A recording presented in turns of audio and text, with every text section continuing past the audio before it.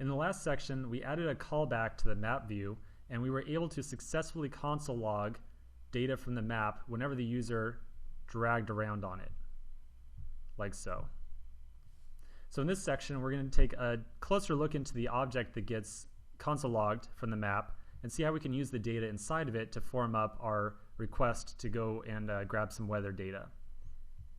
So the object that gets console logged has 4 keys: latitude, longitude, latitude delta, and longitude delta. Now, latitude and longitude are probably 2 properties that you're probably not surprised to see. If I zoom in on some spot here, at the very center of the map, that is what latitude and longitude represent. So if I pulled out a globe at latitude 39 and longitude -116, I would expect to see basically Nevada. The 2 other properties, longitude delta and latitude delta, are a little bit more interesting and a little bit more complex. Not quite what you would expect. Personally, when I first saw the names of the properties, I thought it meant how far the user just dragged the map, right? Delta kind of made sense. Delta traditionally means change. Well, that's actually not the case. What the longitude and delta and latitude delta report is what is the height and width of the map. What is the window? What's the viewable area distance provided by the map at this point in time? So right now, I can see just about the whole state of California, and you can see that I get a longitude delta of 8 and a latitude delta of 11. I'm going to go ahead and scroll in on Yosemite here, and as I scroll in, you can see that the deltas are in fact decreasing significantly. And so now I'm down to longitude delta 0.12 and latitude delta 0.17. So again, these deltas are actually referring to what is the total area of the map that's currently visible.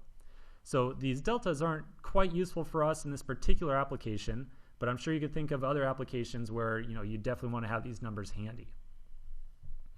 All right, so let's flip back over to our code editor, and I'm going to remove this region console log in here.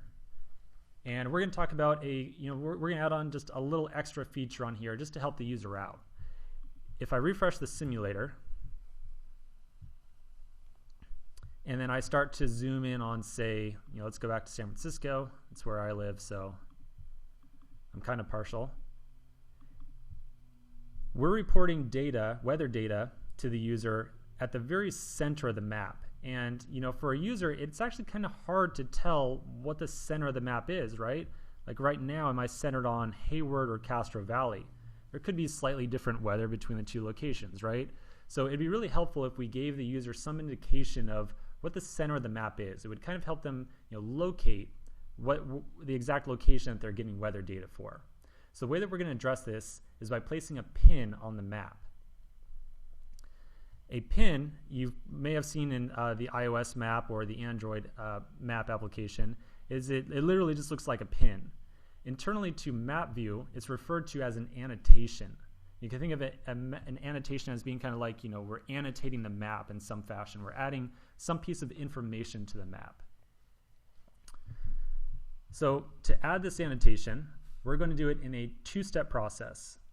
And the first way that we're going to do it is it's going to be a little bit more naive, but we're going to do it just to kind of get a handle on exactly how the annotation works. And then we're going to refactor it to be a little bit more dynamic. And when we refactor it, we're going to make use of the concept of state again in our component. And so this will be another opportunity to kind of nail exactly what state is doing for us.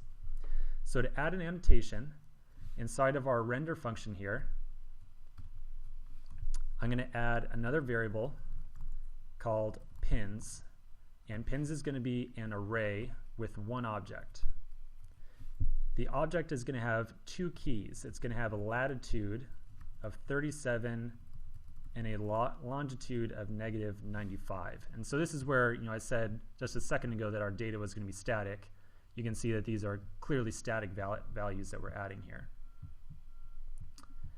This annotation or pin that we're creating is going to be just a single pin that we can create on the screen.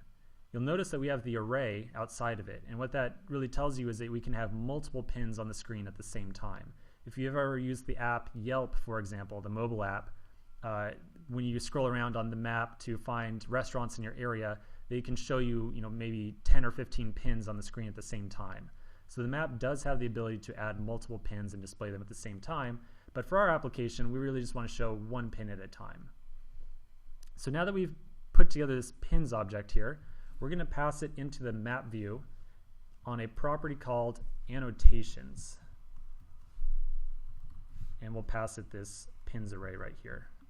So I'm going to save this, and then we'll refresh. And sure enough, here's our pin. So the longitude and latitude that we added was just about the exact center location of the map when it first starts up. You can see it, definitely looks like it's just about in the middle of the screen here. But when I scroll around, the map doesn't, or the pin doesn't move at all. And we really want to see the pin move so that the user has a better idea of where they're retrieving map weather data from.